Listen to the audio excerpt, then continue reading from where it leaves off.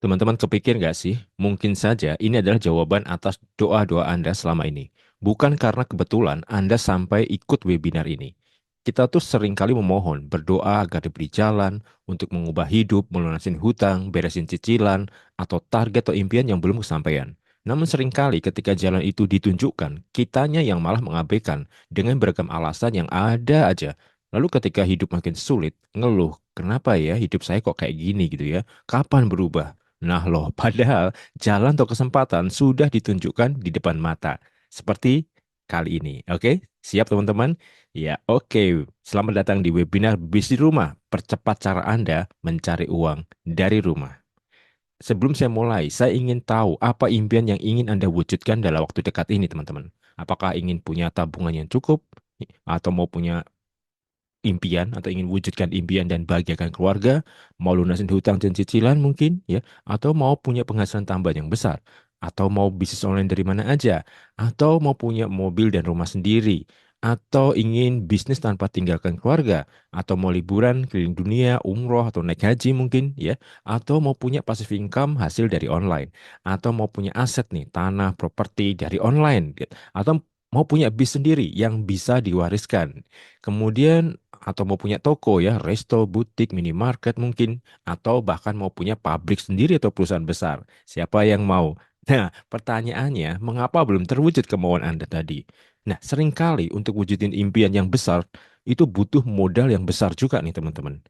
Nah, dari mana modal untuk wujudkan impian Anda? Kebanyakan orang melakukan tiga hal ini. Yang pertama adalah menabung, sedikit demi sedikit ya, tiap bulan nabung gitu ya. Ketika sudah 1 tahun, ada aja nih untuk bayar sekolah anak, untuk bayar hutang dan lain sebagainya. Akhirnya mulai nol lagi gitu ya. Nah, kapan bisa terwujud ya modalnya gitu kan? Ada juga yang berhutang ke bank. Misalkan untuk beli rumah ya KPR, beli mobil juga nyicil gitu ya. Tapi ketika nggak sanggup bayar bulanannya, ditarik tuh leasing kendaraannya. Nah, sayang banget kan, bahkan ada yang kejebak dengan pinjol. Nah, kemudian ada lagi yang menyisihkan dari kerja mereka sebagai karyawan atau dari usahanya sedikit demi sedikit ditabung dan akhirnya ya tetap aja yang terjadi ada saja gitu ya kebutuhan yang mendesak, kebutuhan yang mungkin tiba-tiba ada gitu ya yang ini seringkali terjadi dalam kehidupan kita.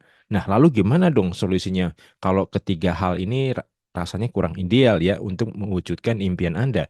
Nah, solusinya bukan dengan menguras tabungan teman-teman, bukan ngutang di bank dan nggak ngambil dari hasil kerja atau usaha Anda, tapi dengan sumber modal alternatif. Wow, apa itu sumber modal alternatif?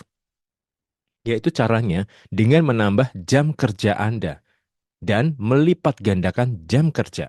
Wow, itu seperti apa itu cara kerjanya? Oke, ini sebuah fakta teman-teman. Penghasilan berbanding lurus dengan jumlah jam kerja yang kita miliki untuk menghasilkan uang. Jadi, makin banyak jumlah jam kerja, makin besar potensi uang yang kita dapatkan. Oke, kita kasih contoh ya teman-teman. Pada kebanyakan orang, contoh ya seorang guru.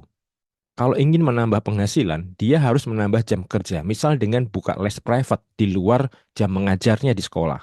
Atau seorang karyawan misalkan, menambah jam kerja dengan lembur gitu ya, itu bisa menambah penghasilan.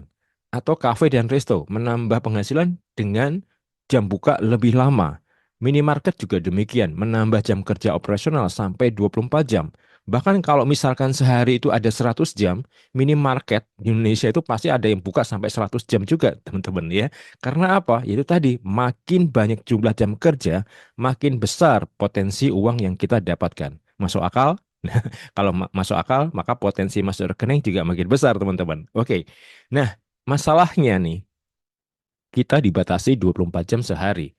Jumlah maksimal jam kerja kalau sebagai karyawan itu kan biasanya maksimal cuma 8 jam sehari, betul ya? Kalau buka usaha ya bisa aja ya maksimal tapi mentok tetap 24 jam sehari. Artinya ini keterbatasan dari waktu. Waktu adalah uang, ini terjadi di sini teman-teman. Nah, lalu gimana kalau Anda bisa punya lebih dari 24 jam kerja per hari? Wow, mungkin nggak sih kayak gitu ya? Menarik kan ya? Jadi potensi penghasilan juga tentu akan makin besar. Dan Anda bisa lebih cepat mewujudkan target-target Anda segera. Masalahnya Anda kuat nggak kerja keras lebih dari 24 jam per hari sendirian? Tentu ya, nggak ada yang kuat yang kerja 8 jam sehari aja, banyak yang ngeluh ya, capek lah, dimarahin bos lah, macam-macam gitu ya. Nah, tapi ada loh orang yang punya 8.000 jam kerja per hari. Orang-orang ini disebut sebagai business owner.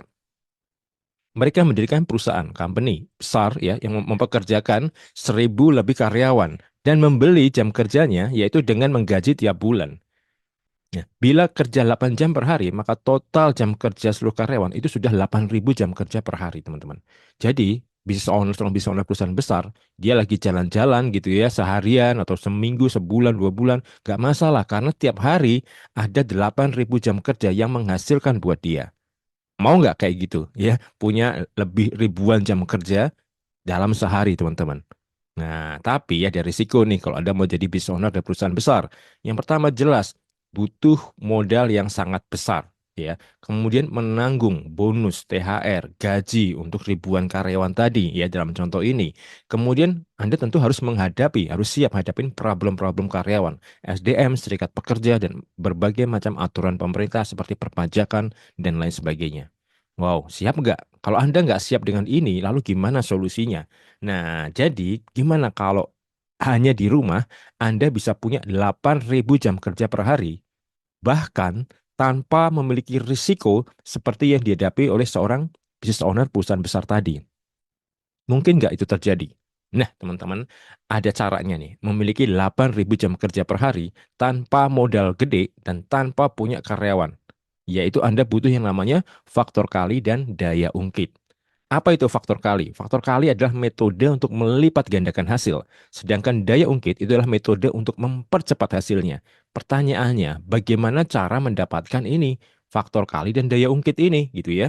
Oke, teman-teman, saya akan jelaskan dulu faktor kali dan daya ungkit contohnya supaya Anda semakin jelas.